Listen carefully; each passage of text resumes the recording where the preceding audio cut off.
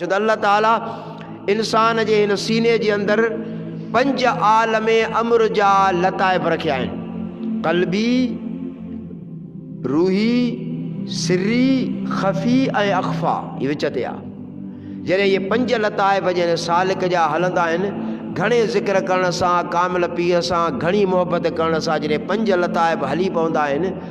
त पोइ हिकु हिकु लताइफ़ को हज़रत आदम अलैहिस्सलाम जे ज़ेरे क़दम आहे, त को हज़रत मूसा अलैहिस्सलाम जे ज़ेरे क़दम आहे, हिकिड़ो लतीफ़ो हज़रत ईसा अलैहिस्सलाम जे ज़ेरे क़दम आहे, विच वारो जेको लतीफ़ो अख़फ़ा आहे इहो हुज़ूर पाक सैयद आलम सल्लल्लाहु अलैहि वसल्लम जे ज़ेरे क़दम आहे। जॾहिं इहे 5 लताइफ़ हलणु शुरू थी वेंदा आहिनि, इन्हनि में जॾहिं उहा गर्मी पैदा थींदी आहे ज़िक्र जी, अंदरि उहा ज़िक्र जी जॾहिं तामश पैदा थींदी आहे त पोइ साहिब सुलूक जा बुज़ुर्गान फरमाइनि था त पोइ देरि नाहे, उन्हनि नबियनि जी ज़ियारत सां गॾु मदीने वारे साईं जी ज़ियारत थियण बि शुरू थी वेंदी आहे। वज़्कुर रब्बक फ़ी नफ़्सिक तदर्रुअन व ख़ीफ़तन दूनल जहर मिनल क़ौल वला तकुम मिनल गाफ़िलीन। ऐं मुंहिंजा बाना कॾहिं बि उन्हनि माण्हुनि जी जमायत सां न रहिजांइ जेकी मां अल्लाह ताला जी ज़ात खां उन्हनि पंहिंजो तवजो हटाए छॾियो आहे, उन्हनि सां गॾु न वेह। वला तुतिअ मन अग़फ़लना क़ल्बहु अन ज़िक्रिना वत्तबअ हवा वकान अमरुहु फ़ुरता। सूरह कहफ़ में अल्लाह ताला पंहिंजे महबूब सां ॻाल्हाए करे फरमाए थो त वला तुतिअ मन अग़फ़लना क़ल्बहु अन ज़िक्रिना वत्तबअ हवा वकान अमरुहु फ़ुरता। ऐं मुंहिंजा पिरी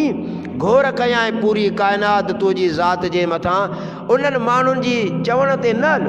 जिन जूं दिलियूं मां अल्लाह ताला जी ज़ात खां, मां अल्लाह ताला जी मारिफत खां जिन जूं दिलियूं ख़ाली आहिनि, जिन जूं दिलियूं गाफ़िल आहिनि, उन्हनि जो चयो न वठि, न उन्हनि ॾे तूं मुतवजो थी,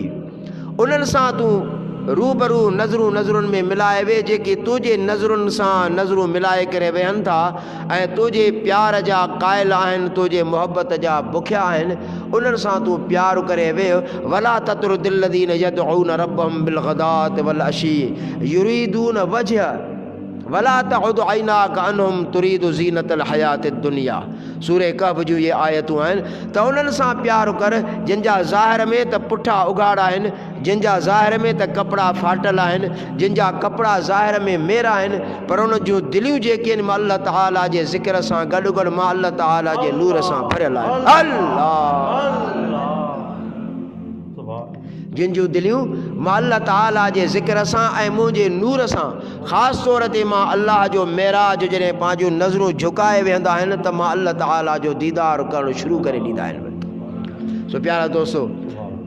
ये मारिफत जूं ॻाल्हियूं जेके हुज़ूर गौस पाक रज़ी अल्लाह ताला अन्हु जे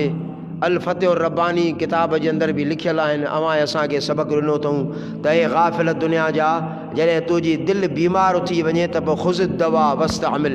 वञ पंहिंजे दिलि जो वञी इलाजु कराए। अहिड़ो वञी को डॉक्टर ॻोल्हे, अहिड़ो वञी को हकीम ॻोल्हे जेको तुंहिंजे दिलि जी वञी इलाजु करे। ख़ुज़ दवा वस्तअमिल, उन कामिल खां वञी करे पंहिंजे दिलि जो इलाजु कराए। या तुंहिंजी दिलि बीमार आहे जो ज़िक्र बि उनखे नथो वणे, सुठनि जी सोबत बि तुंहिंजे दिलि खे नथी वणे, निमाज़ सां उनजी दिलि जो तुंहिंजे दिलि जो लगाव न आहे, क़ुरान पाक जी तिलावत में तुंहिंजे दिलि खे मज़ो नथो अचे, या तुंहिंजी दिलि हाणे बीमार थी पई आहे, वञ कंहिं डॉक्टर खां हिन जो इलाजु कराए। इलाजु न सही उहा दवा बि इस्तेमालु कर, ऐं जेका परहेज़ न सही उन परहेज़ खां बि परे थी ऐं वञी ज़िक्र कमाए।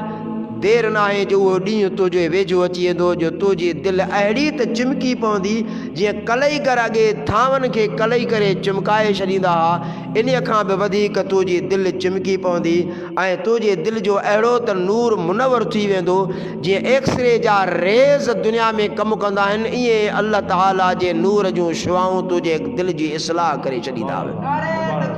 अल्लाह हक़ जा